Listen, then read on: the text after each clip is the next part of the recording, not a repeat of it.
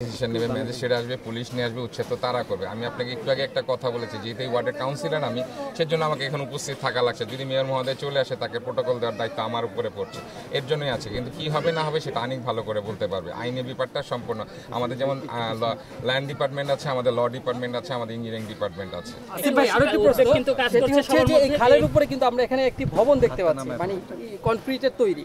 এই ভবনটি কার বা মানে এই খালের উপরে নির্মিত কিনা, এবং বস্তিবাসী বলছেন এই ভবনটি এই খালের উপরে নির্মিত, এবং তাদেরকে বস্তিবাসীকে উচ্ছেদ করা হচ্ছে, ওই ভবনটিকে কেন উচ্ছেদ করা হচ্ছে না, এবং ভবনটির মালিক প্রভাবশালী এমনটা বলছে বস্তিবাসী। আসলে আপনার এই বিষয়ে মন্তব্য? দেখেন, আপনারা জানেন যে কিছুদিন আগে মেয়র মহোদয়ের নির্দেশে 70,000 টাকা নিলামে একটা 10তলা ভবন ভেঙে দেওয়া হয়েছে।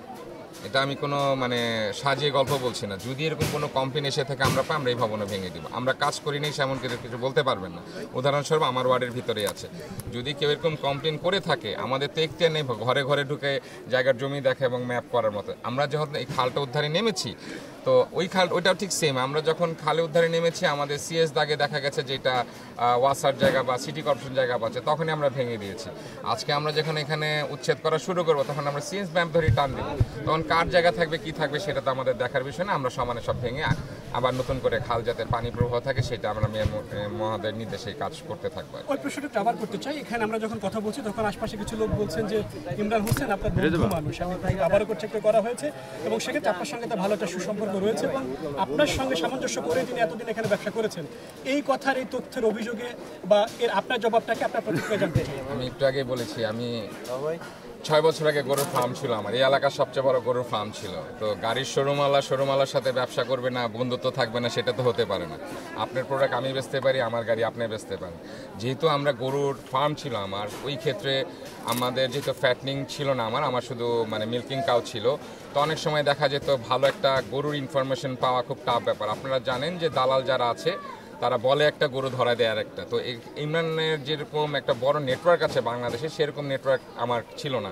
তো অনেক ক্ষেত্রে পাশের গলিতে আমার ফার্ম ছিল। তো পাশাপাশি গলিতে যখন ফার্ম থাকে, স্বাভাবিক আমরা একজনের সাথে পরিচয় থাকতে পারি, বাট দ্যাট ডাজেন্ট মিন যে হি ইজ মাই ফ্রেন্ড আর I am his friend.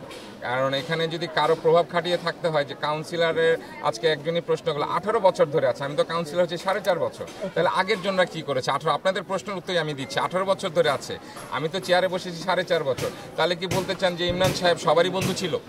Simple একটা অ্যান্সার। আপনারাই সাংবাদিক সাহেবরা আছেন, আপনারা জিনিসটা আরও ভালো ইনভেস্টিগেশন করলে জানতে পারবেন। এবং আমার ওয়ার্ডে সবচেয়ে বেশি মেয়র মহোদয় সবচেয়ে বেশি উচ্ছেদ এই ওয়ার্ডেই করছে। সো এখানে ইমরান সাহেব থাকুক আর যেই সাহেবই থাকুক, ছাড় তো কাউকে দেওয়া হবে না মেয়র মহোদয়ের নির্দেশ অনুযায়ী। বিল্ডিং যেহেতু ভাঙতে পারি, কয়েক কোটি টাকার বিল্ডিং 70,000 টাকা নিলামে দিতে পারি, সো মেয়র মহোদয়কে তো কনভিন্স করা যাবে না, এই বিষয়টা আপনারা নিশ্চয়ই সবাই জানেন। যেহেতু আমাদের মেয়র এত স্ট্রিক্ট একজন লোক, সো এখানে কারো বন্ধু হোক কারো ভাই হোক, এখানে কোনো তোয়াক্কা করার বিষয় আসছে না।